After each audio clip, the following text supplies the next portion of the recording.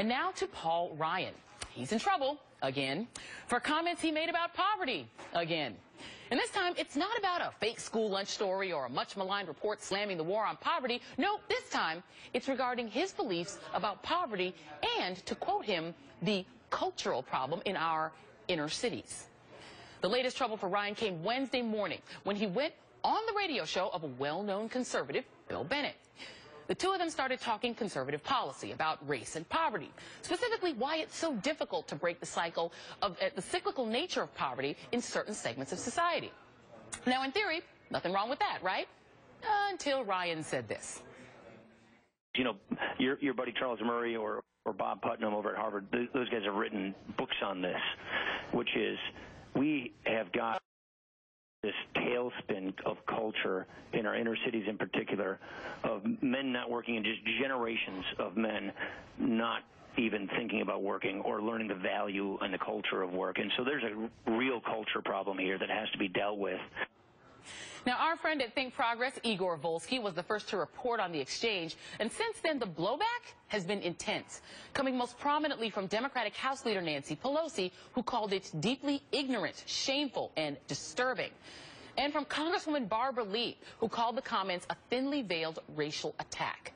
In fact, the blowback's been so substantial, Ryan issued a statement to NBC News this morning. It reads in part, "After reading the transcript of yesterday morning's interview, it is clear that I was inarticulate about the point I was trying to make. I was not implicating the culture of one community, but of society as a whole. We have allowed our society to isolate and quarantine the poor rather than integrate people into our communities. The predictable result has been multi-generational poverty and little opportunity.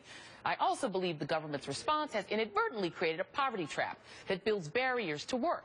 A stable, good-paying job is the best bridge out of poverty." And joining me now on the phone is Democratic Congresswoman Barbara Lee from California. She serves on the House Budget Committee, which is chaired by Congressman Ryan. And, of course, she was one of the first, if not the first, to publicly criticize him for his remarks. So, Congresswoman, I understand that Congressman Ryan reached out to you after your criticism. What can you tell us about that call?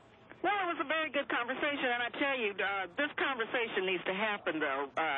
We need to really realize that, you know, a lot of people just don't get it.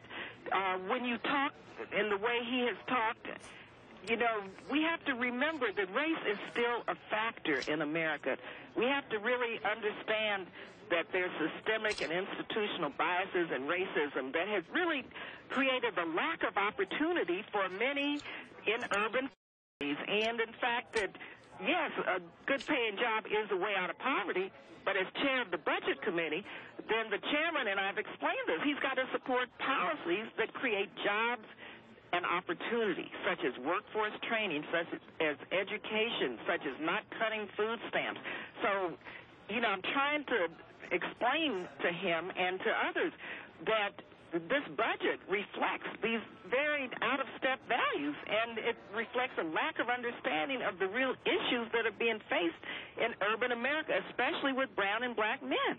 And one of the things I think when you commented on his comments and put them in a racial context, I guess one of the reasons that a lot of people are looking at his comments askance is that he did quote Charles Murray, the author of The Bell Curve, who has some very pointed beliefs about African Americans' intellectual abilities and about the causes of poverty being quote-unquote cultural. Are those some of the reasons that you were so upset by his remarks? Well, when I saw that, I could not believe that he would refer to Charles Murray. And I'm going to talk to him further about this because, yes, I'm quite concerned because that goes back to these theories of genetic inferiority and, you know, stuff that is so outdated but still, you know, fans the flames of those in America who really don't want to see opportunity for all. And so we need a debate about poverty and not blame people who don't have those opportunities for living in circumstances which, if we invest our tax dollars into initiatives that create jobs and opportunity, you would see people being elevated out of poverty. I raised 2 young African-American boys.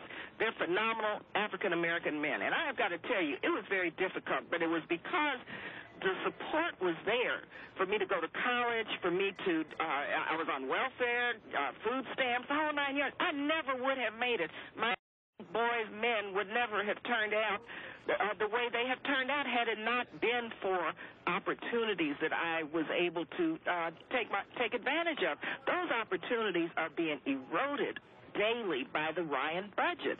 And so we have to understand, while these comments I think reflect, a heck of a lot of lack of understanding and ignorance, they also reflect values and perspectives that drive his budget. And that is unacceptable, and people need to try to educate the public, especially the Republicans, about what it means to live in urban America with the disinvestment and the lack of resources and the lack of priorities focused on our communities. Well, and also the fact that rural poverty is actually greater than urban poverty. In fact, serving on that budget committee with Congressman Ryan, is this a debate that is now spilled into the open, but that you guys have been having for a while? Because as you mentioned, the Ryan budget and the priorities he's put forward are a lot about cutting social services, cutting back on SNAP, cutting back on the services that go to the nation's neediest. Is this a debate that you guys have been having? And what is his answer when you present your personal story and say, listen, these programs helped me, people like me, to be lifted out of poverty? What is his response generally? Well, he says they failed, and he